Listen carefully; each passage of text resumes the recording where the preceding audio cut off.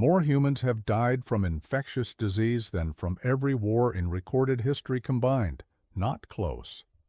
And yet almost none of those deaths left a mark anyone could dig up. No battlefield, no weapon, no burned city to excavate. Just bodies and silence, and a question historians assumed would stay unanswered forever. Who exactly did these diseases kill, and who did they spare? It turns out the dead left a record after all, not in the ground, in us. Roughly 1 in every 12 people of West African descent carries a mutation that, in a different combination, causes one of the most painful inherited blood disorders in medicine. Evolution doesn't usually keep something that causes suffering. It erases it, ruthlessly, within a few generations. Instead, this mutation has survived for thousands of years, spreading through entire populations rather than disappearing. Something forced that trade, something powerful enough to make carrying a disease-causing gene the safer bet. The answer wasn't found in a hospital. It was found in a parasite, one that has killed more human beings than almost any other cause in history, and one that shaped human DNA so thoroughly that its fingerprints are still legible in blood drawn today. In cities its victims never lived to see, from people who have never once had malaria themselves. A child in Lagos and a child in Chicago can carry the exact same genetic variant, inherited from ancestors who never met, never spoke the same language, and never knew they were making the same evolutionary bargain. Something ancient forced that bargain on both of their bloodlines, something invisible, older than written history, and still, in some regions, actively killing people today. So scientists asked a question that took genetics, not archaeology, to finally answer. If diseases leave no skeleton, no artifact, no ruin to excavate, how do you prove that an epidemic thousands of years old is still shaping human bodies right now? Most ancient catastrophes leave physical evidence behind: a collapsed city wall, a burned granary, a mass grave that archaeologists can date and measure. A disease leaves almost nothing. It moves through a population invisibly, kills without leaving a mark on the bones of most of its victims, and then vanishes, leaving historians to guess at its true toll from fragmentary written accounts, if any exist at all. The answer required reading the genome itself as a historical record, one written not in ink, but in mutation, selection, and survival. Here's the deeper premise worth sitting with before the details arrive. Every population that survived a major epidemic did so, in part, because some individuals carried genetic variants that made them slightly less likely to die from it. Those survivors had children. Their children inherited the same protective variants. Over generations, a mutation that started as a rare accident of DNA replication became common, sometimes dominant, within an entire population, purely because it kept enough people alive long enough to reproduce. That process, repeated across thousands of years and dozens of different diseases, has left measurable scars and measurable advantages embedded directly in the human genome.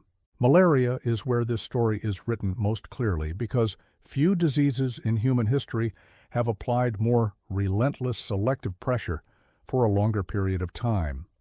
Malaria has likely been infecting humans for at least 10,000 years, intensifying dramatically after the development of agriculture in Africa, when cleared land and standing water created ideal breeding conditions for the Anopheles mosquitoes that carry the parasite.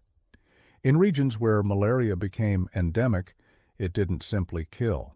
It killed selectively, disproportionately, claiming children before they reached reproductive age, applying evolutionary pressure with brutal efficiency, generation after generation, for thousands of years. Sickle cell trait is the clearest genetic response to that pressure. A single mutation in the gene that codes for hemoglobin, the protein that carries oxygen in red blood cells, causes red blood cells to form an abnormal crescent shape under certain conditions. You inherit 2 copies of this mutation, one from each parent and the result is sickle cell disease, a serious, often life-shortening condition involving chronic pain, organ damage, and reduced life expectancy. Inherit just one copy, however, and something very different happens. The red blood cells sickle just enough to make it dramatically harder for the malaria parasite to survive and reproduce inside them without causing the severe symptoms of full sickle cell disease. That single copy advantage is why the mutation never disappeared, despite the devastating cost of inheriting two copies. In regions with intense, sustained malaria transmission, carrying one copy of the sickle cell trait could mean the difference between a child surviving to adulthood and a child dying before the age of 5. Population geneticists have mapped this relationship with remarkable precision. The regions of Africa, the Mediterranean, the Middle East, and South Asia, with the highest historical rates of malaria transmission, are, almost without exception, the same regions with the highest modern frequency of the sickle cell trait. A genetic map that traces, with startling accuracy, onto a disease map thousands of years old. Research published by biologist Anthony Allison in the 1950s first established this connection formally, comparing malaria infection rates and sickle cell trait frequency across East African populations, and finding that children carrying one copy of the mutation survived severe malaria at meaningfully higher rates than children without it. That early epidemiological work has since been reinforced by decades of subsequent genetic and clinical research across multiple malaria endemic regions, making sickle cell trait one of the best documented examples of natural selection acting on a single human gene in response to a specific infectious disease. This is what geneticists call balancing selection, and it explains a pattern that would otherwise make no evolutionary sense. A mutation that causes severe disease in its double-dose form should, in theory, be selected against and gradually eliminated from a population. Instead, because the single-dose form provides such a powerful survival advantage against a disease that was killing enormous numbers of children before they could reproduce, natural selection kept both outcomes locked in an evolutionary balance. The population as a whole benefited, even though a predictable percentage of individuals within it would inherit the disease itself. Evolution, in this case, wasn't optimizing for any single person's well-being. It was optimizing for the survival of enough people to keep the population going. Sickle cell isn't the only genetic response malaria produced, either. Thalassemia, another group of inherited blood disorders affecting hemoglobin production, shows a strikingly similar geographic pattern across the Mediterranean, the Middle East, and Southeast Asia, regions with their own long histories of intense malaria transmission. A separate mutation called G6PD deficiency, which affects an enzyme involved in protecting red blood cells from oxidative stress, follows the same logic again, offering partial protection against malaria at the cost of increased sensitivity to certain foods and medications. 3 separate genetic mutations arising independently in different populations, converging on the same evolutionary solution to the same relentless threat, is not a coincidence. It's a signature written independently in multiple populations of exactly how powerful malaria's selective pressure has been across human history. Plague tells an entirely different genetic story, because unlike malaria's slow, sustained pressure over thousands of years, plague arrived in devastating concentrated waves that killed with terrifying speed. The Black Death, which swept through Europe, the Middle East, and North Africa between 1347 and 1351, killed an estimated 30 to 60% of Europe's population within just a few years, one of the most catastrophic mortality events in recorded human history. A pandemic that intense, compressed into such a short window, applies evolutionary pressure differently than a disease like malaria that grinds on for millennia. It doesn't just favor certain genes. It can eliminate huge portions of a population's genetic diversity almost overnight, leaving whoever happened to survive as the genetic foundation for everyone who came after. Researchers studying ancient DNA extracted from plague burial pits across Europe have found direct evidence of this genetic bottleneck.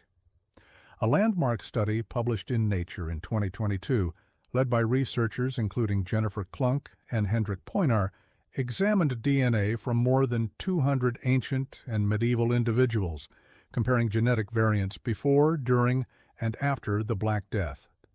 The study identified specific immune-related genes, including one called ERAP2, where a particular variant was strongly associated with survival, appearing significantly more often in people who lived through the plague years than in those who died from it. That single generation of intense selection left a measurable genetic signature still present in European populations today. The ERAP2 variant identified in that study remains more common in modern Europeans than it was before the Black Death struck, a direct genetic echo of a single catastrophic pandemic that ended more than 600 years ago. It's a rare case where scientists can trace not just a slow evolutionary trend, but a specific dramatic evolutionary event pinpointed to a handful of documented years in the 14th century. That same immune gene, however, carries a cost that echoes across centuries in an unsettling way. Some research has linked variants of the ERAP2 gene and other immune pathways shaped by historical plague exposure to increased susceptibility to certain autoimmune conditions in modern populations, including Crohn's disease. This is a pattern researchers see again and again across the genome. A mutation that offered a decisive survival advantage against one ancient threat can become a liability once that threat disappears, leaving modern descendants carrying genetic risk for entirely different conditions, all traceable back to an evolutionary trade made under completely different circumstances for a completely different reason. Plague and smallpox together may also explain one of the most consequential mutations in modern medicine, one that had nothing to do with either disease when it was first discovered. A mutation called CCR5 delta 32, found at unusually high frequency in populations of Northern European descent, disables a receptor on the surface of certain immune cells. For decades, researchers debated what ancient pressure had driven that mutation to such high frequency, since it appeared too common to be genetic drift alone. Early hypotheses pointed to the Black Death itself, though later genetic dating work examining how the mutation's frequency changed across centuries of ancient DNA samples has suggested it may have been rising gradually for longer than plague alone could explain, with smallpox now considered by many researchers a more likely, or at least a contributing, historical driver. Whatever the precise ancient trigger, the modern relevance of that same mutation is almost impossible to overstate. The CCR5 receptor that the mutation disables happens to be the same receptor that HIV uses to enter human immune cells. People who inherit two copies of CCR5 delta 32, roughly 1% of those of European descent, are highly resistant to most strains of HIV infection, a medical reality discovered only in the 1990s, centuries after whatever ancient epidemic first drove the mutation to prominence. It remains one of the clearest examples in all of human genetics of a mutation shaped by one ancient threat turning out, by pure evolutionary coincidence, to offer protection against an entirely different disease that wouldn't emerge until the 20th century. Tuberculosis offers a third pattern entirely, one shaped less by a single catastrophic event and more by a disease that has coexisted with humans in some form for an extraordinarily long time. Genetic evidence suggests Mycobacterium tuberculosis, or ancestral forms closely related to it, may have been infecting human populations for tens of thousands of years, making it one of the oldest continuously present human pathogens ever documented. Populations with the longest history of exposure to tuberculosis particularly across Europe and parts of Asia, show genetic variants associated with stronger innate immune responses to the specific bacteria involved, a slow, cumulative genetic adaptation built across an almost unimaginable span of generations. Populations without that same extended exposure history paid a devastating price when tuberculosis eventually arrived through colonization and trade.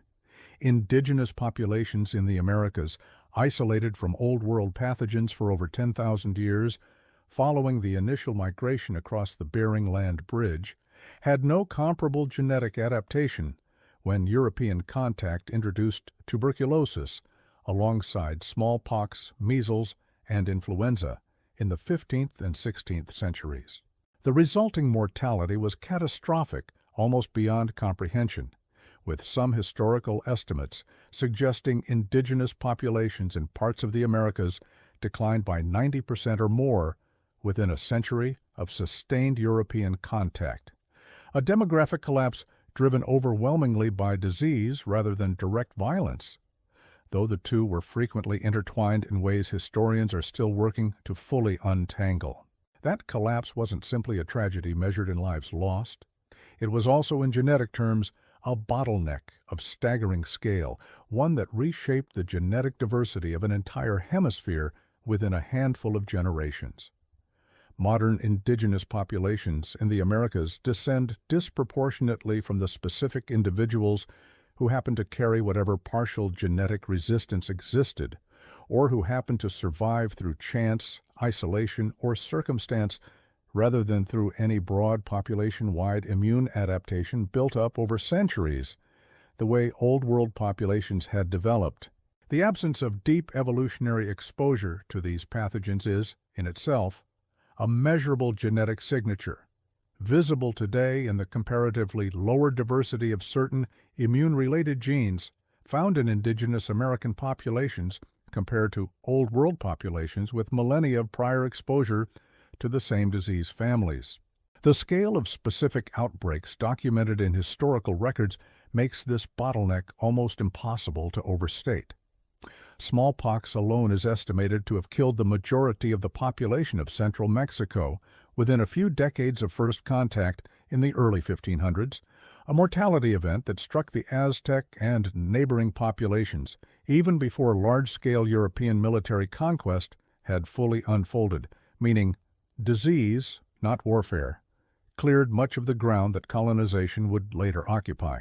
Along the New England coast, epidemics between 1616 and 1619, likely a combination of leptospirosis and other introduced pathogens, killed an estimated 90% of the coastal indigenous population in some areas, a collapse so severe that early English colonists, arriving shortly afterward, described finding abandoned villages, cleared fields, and unburied dead, a landscape emptied by disease before a single permanent settlement had even been established there.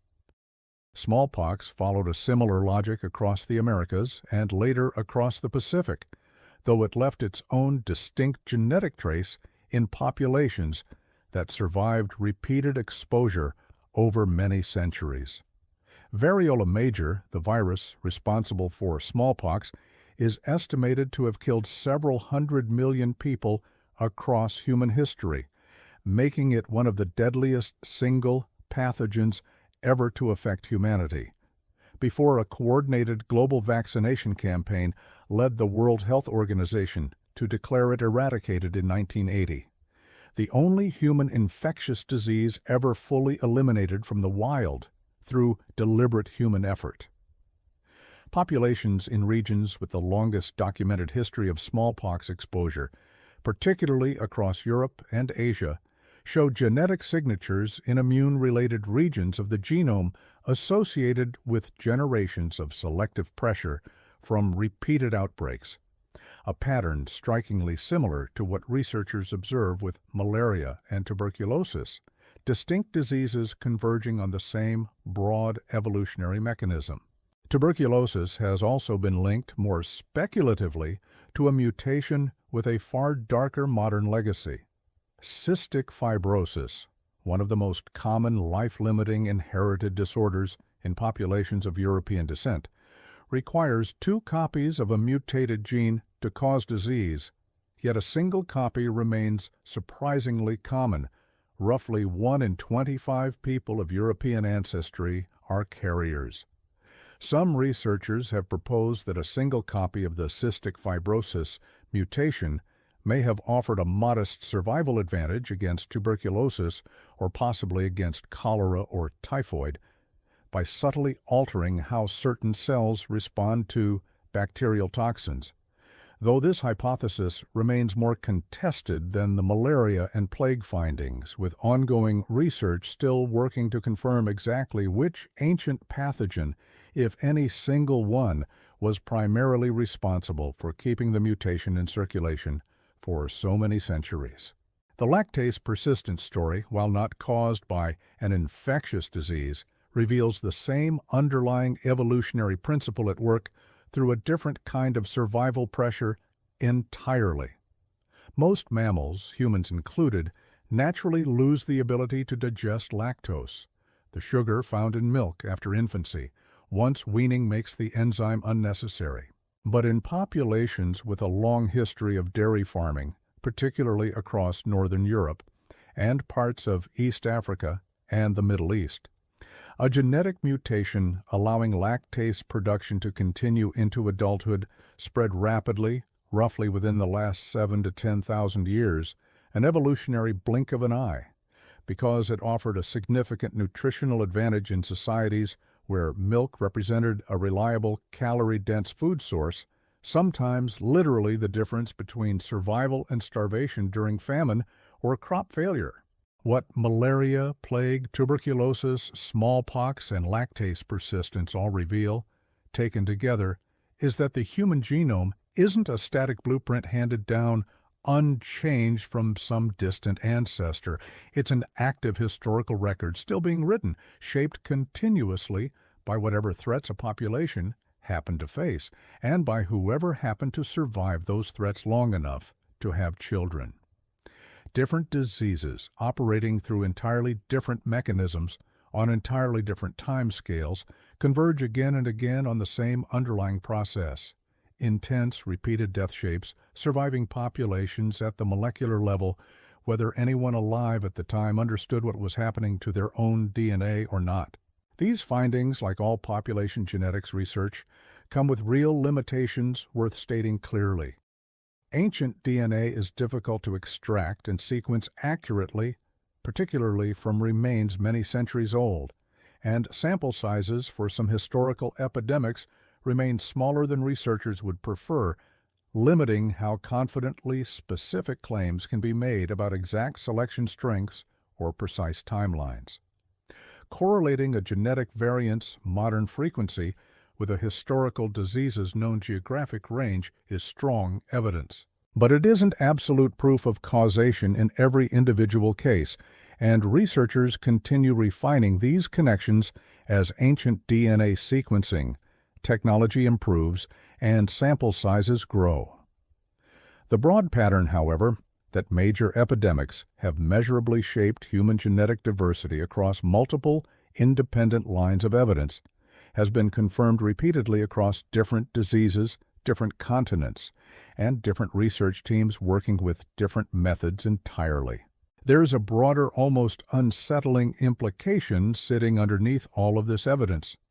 Every person alive today is, in a very real genetic sense, a descendant of disease survivors, specifically of the survivors of whichever epidemics happen to sweep through their particular ancestral population at whatever point in history those epidemics struck.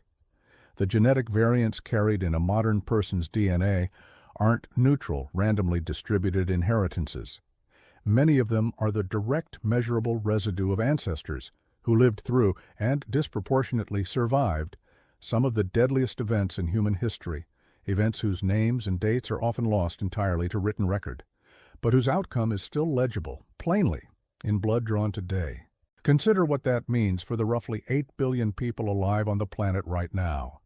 Someone carrying the sickle cell trait is carrying a direct genetic echo of malaria's relentless pressure across thousands of years of African, Mediterranean, and South Asian history. Someone with a specific European immune variant may be carrying the genetic residue of a single catastrophic pandemic that killed a third of an entire continent's population within a handful of years in the 14th century. Someone with lactase persistence is carrying evidence of a population that once depended, quite literally, on milk to survive lean seasons and failed harvests thousands of years ago. Someone of Northern European descent carrying 2 copies of CCR5 Delta 32 is carrying a mutation shaped by an epidemic history still debated by researchers today. A mutation that would remain a genetic curiosity for centuries until a completely unrelated virus emerging on another continent in the 20th century revealed exactly what that ancient inheritance was quietly capable of. None of these people chose these variants, and most will never know the specific historical pressure that placed them there. The genome doesn't announce its own history. It simply carries it forward, silently, generation after generation, until a scientist with the right tools and the right question finally learns how to read what's been recorded there all along. Return to that child in Lagos and that child in Chicago, sharing a genetic variant neither of them asked for, inherited from ancestors separated by continents, centuries, and circumstances neither family fully remembers today. Their shared mutation isn't a coincidence, and it isn't random. It's a message encoded in DNA rather than language, describing a battle fought by ancestors against an enemy neither child has ever had to face directly. A battle their bloodlines won, specifically because carrying that mutation generations ago meant surviving long enough to pass it on. Long before any epidemiologist charted a disease's spread, and long before any geneticist sequenced a single genome, ancient diseases were already rewriting human DNA, quietly, brutally, one epidemic at a time, across every inhabited continent on Earth. They never needed anyone to understand what was happening in order to leave their mark. They simply killed selectively, generation after generation, until survival itself became written permanently into the code every descendant would carry forward, whether they ever learned its origin or not.